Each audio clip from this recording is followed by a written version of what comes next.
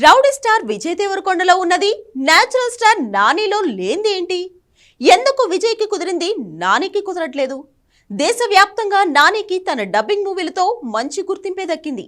మంచి నటుడనే పేరుంది.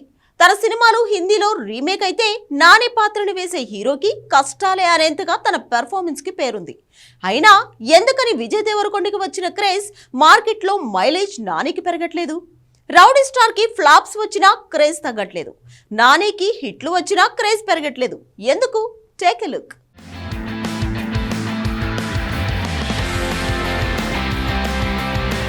Vijay Devarakonda Liger disaster, Kushi flop, family star సంక్రాంతికి కాకుండా మార్చికి షిఫ్ట్ అవుతోంది.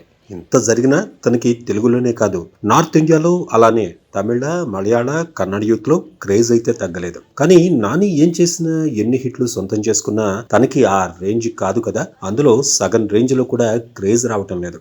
ఎవడే సుబ్రహ్మణ్యంలో నాని పక్కన సెకండ్ హీరోగా కనిపించాడు విజయ్. అలాంటి విజయ్ కి పాన్ ఇండియా హిట్లు లేకున్నా పాన్ ఇండియా మార్కెట్ అయితే ఉంది. పాన్ ఇండియా లెవెల్లో క్రేజ్ ఉంది. కానీ కెరీర్ లో దసరా, శ్యామ్ సింగ్ రాయ్ ఇలా లెక్కేస్తే 80% హిట్లు ఉన్నాయి. నటుడిగా న్యాచురల్ స్టార్ అని పేరుంది. అయినా ఇక్కడ యూత్ లో భూమి బద్దలయ్యేంత ఫాలోయింగ్ అయితే లేదు.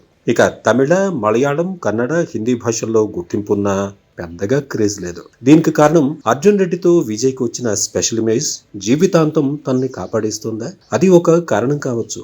కానీ విజయ్ అప్రోచ్ ఎక్కువ శాతం యూత్ కి కనెక్ట్ అయ్యేలా ఉండడంతో టీనేజర్స్ లోకి చొచ్చుకుపోయాడు విజయ్. తనతో పోలిస్తే నాని పర్ఫెక్షనిస్టు, మంచి నటుడే. కానీ క్రేజ్ క్రియేట్ కావాలంటే కొన్నిసార్లు సినిమాలు, జోనర్లు కాదు, అర్జున్ రెడ్డి లాంటి విచిత్రమైన సినిమాలు పడాలి. అలా వచ్చిన క్రేజ్ గీత గోవిందం, డియర్ కామ్రేడ్ ని పొరుగు రాష్ట్రాల్లో ఆడేలా చేసింది. తర్వాత ఫ్లాప్లు వచ్చినా కూడా తన ఫాలోయింగ్ తగ్గకుండానూ ఉంది.